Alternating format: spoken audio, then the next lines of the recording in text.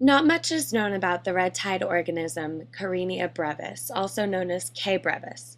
What we do know is the name red tide can be misleading.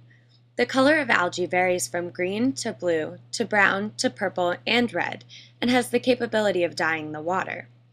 To this day, the world of science is striving to learn more about the conditions in which algae thrives.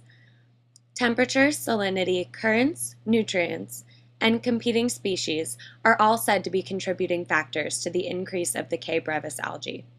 The exact combination of factors that causes the red tide are not known, but some experts believe high temperatures, combined with a lack of wind and rainfall, are usually the root of red tide blooms. Red tides are typically isolated patches that don't blanket every stretch of beach.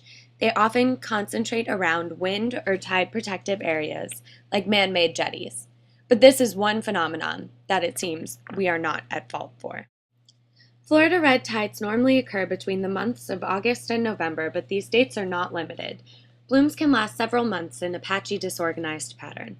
The organism that causes the Florida red tide is found almost exclusively in the Gulf of Mexico, but blooms have been found off the east coast of Florida and the coast of North Carolina when the Florida and Gulf Stream currents carry them.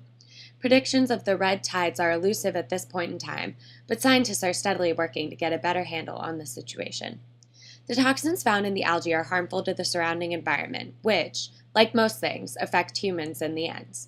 The presence of the red tide organism on the beach is said to cause itchy eyes and respiratory irritation, but is more harmful when it is ingested.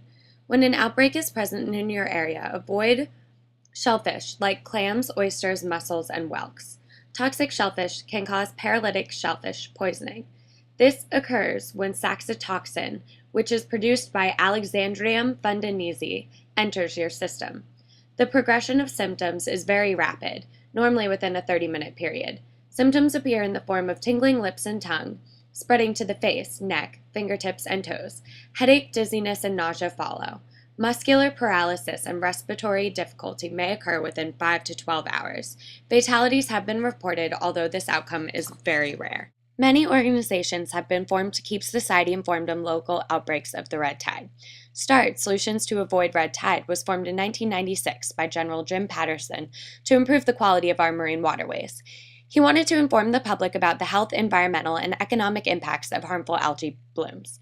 There have been many failed attempts for programs due to the declining economy and lack of government revenues, but START has now produced 15 and 30-second public service announcements for local TV stations that will be aired when a red tide bloom is headed for our shores.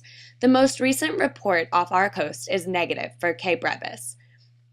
But while the oil spill in the Gulf is dominating the news, it is important to pay attention to K. brevis. We are not sure how the algae will react to the spill or the change in the environment that it will cause. Stay aware by checking the following websites on a regular basis. And if you ever do run into a problem with K. brevis, call the Aquatic Toxins Hotline.